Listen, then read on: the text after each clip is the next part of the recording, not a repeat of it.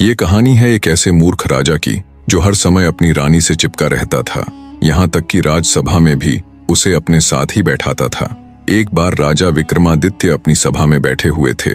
बैठे बैठे उनके मन में अचानक ही एक श्लोक याद आया, तो उन्होंने अपने दरबारियों के आगे वो श्लोक फरमा दिया। मित्र देही और विश्वासघात की है सो नरक भोगेंगे, जब तलक चंद्र और सूर्य है।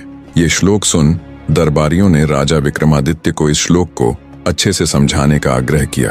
तब राजा विक्रमादित्य ने उन्हें एक कथा सुनाई। एक बार एक मूर्ख राजा था जो अपनी रानी की सुंदरता पर इतना आसक्त था कि पल भर को भी उसे अपने से दूर न होने देता था। यहाँ तक कि राजदरबार और राजसभा में भी उसे अपने साथ ले जाता और पास ही बिठाता। जब वो शिकार खेलने के लिए जाता तो वहां भी रानी को अपने साथ ले जाता। चाहे दिन हो या रात, सुबह हो या शाम, सोना हो या जागना, खाना हो या पीना, हर समय उसके साथ रहता। उस अज्ञानी राजा को ऐसा करने में जरा सी भी लज्जत महसूस नहीं होती। मंत्री को राजा की ये बात बहुत खलती। वो एक बुद्धिमान और ऊंच नीच की समझ रखने वाला व्यक्ति था।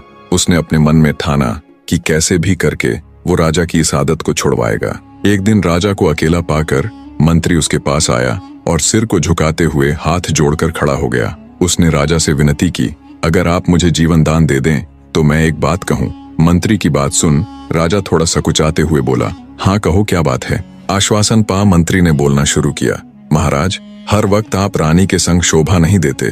इससे राजकुल की मान मर्यादा को बहुत क्षति हो रही है। देश देश के राजा आप पर हंसते हैं और कहते हैं। राजा को तो रानी का सौंदर्य इतना भा गया कि वो उसे पल भर भी अपनी आंखों से ओझल नहीं होने देता। महाराज, अगर रानी आपको इतनी ही प्यारी है तो उनका एक चित्र बनवाकर अपने पास रख लीजिए, जिसे आप जब भी रानी की याद आए देख लिया कीजिएगा। मंत्री की बात राजा के मन को भा गई। उसने तुरंत मंत्री को किसी योग्य चित्रकार को बुलाने के लिए कहा। मंत्री ने राजा के कहे अनुसार एक बहुत ही योग्य चित्रकार को राजमहल बुला लिया। वो चित्रकार इतना योग्य था कि चित्रकारी के साथ साथ ज्ञान विद्या में भी निपुण था। उसने अपनी विद्या से रानी का एक अद्भुत चित्र बना दिया। जब राजा ने वह चित्र देखा तो वह चकित रह गया। चित्रकार ने रानी के सौंदर्य की हर सूक्ष्मता को इतनी बारीकी से उकेरा था कि राजा स्तब्ध था। पर जब उसकी नजर रानी की जांघ पर बने हुए तिल पर पड़ी तो उसके रोंगटे खड़े हो गए। जांघ पर बने तिल को देख उसने विचार किया कि हो ना हो ये पहले भी रानी से मिल चुका है। मन में ये विचार आते ही राजा का गुस्सा 7वें आसमान पर था। बने रहे।